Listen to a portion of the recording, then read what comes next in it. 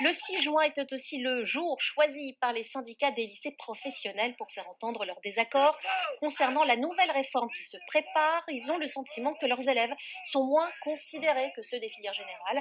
Avant d'en parler avec notre invité sur ce plateau, je vous propose d'écouter Emmanuelle Cazac, une enseignante qui manifestait hier à Nice. On veut renforcer les savoirs, on veut renforcer les heures, on veut donner plus à ceux qui ont moins. Je reste dans cette logique-là. Plus d'enseignement professionnel, plus d'encadrement, plus. On nous a déjà enlevé une année de formation en 2009. Revenir sur une année supplémentaire, redonner les moyens à ceux qui en ont besoin. C'est ça l'école de la République. Revenir aux fondements républicains. Bonjour à vous Olivier Salerno, vous êtes CGT, donc éducation, membre de l'intersyndicale. On l'a entendu, renforcer les savoirs, renforcer les heures. Est-ce que ce n'est pas ce que prévoit cette fameuse réforme qui devrait entrer en vigueur en septembre? Non, absolument pas. La réforme, elle propose de mettre nos élèves encore plus en entreprise que ce qu'ils ne sont aujourd'hui. Pour revenir en arrière et reprendre ce que dit ma collègue, on est là après deux énormes réformes du lycée professionnel, une en 2009 où on nous a retiré une année complète de formation et une en 2019 avec Jean-Michel Blanquer où on a retiré la moitié des enseignements généraux.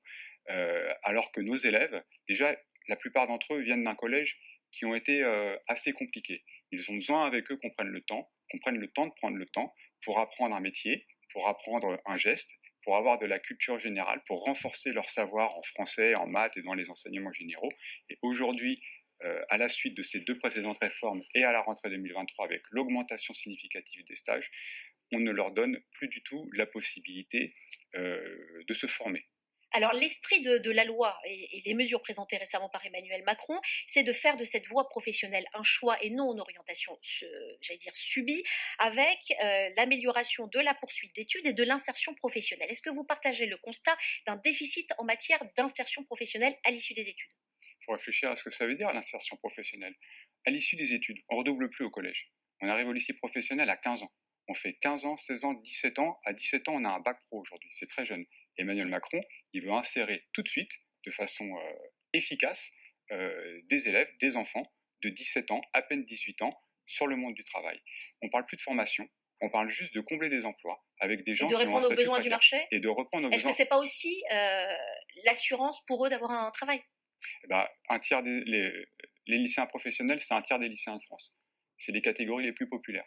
Donc on propose aux catégories les plus populaires d'aller vite au boulot. C'est ça qu'on propose. On ne leur propose pas une issue, une poursuite d'études en BTS ou dans d'autres domaines. On ne leur propose pas de continuer à s'émanciper via le travail et via leur formation. On leur propose juste d'aller au travail rapidement pour combler des emplois en tension.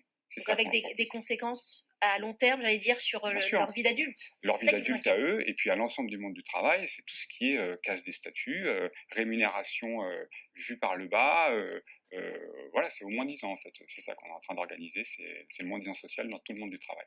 Bon, vous souhaitez être entendu, j'imagine, avant cette entrée en vigueur en septembre. Je vous remercie, Olivier Salerno. Je rappelle que vous êtes un représentant de la CGT Éducation et que vous êtes également membre de l'intersyndicale qui manifestait hier pour se faire entendre.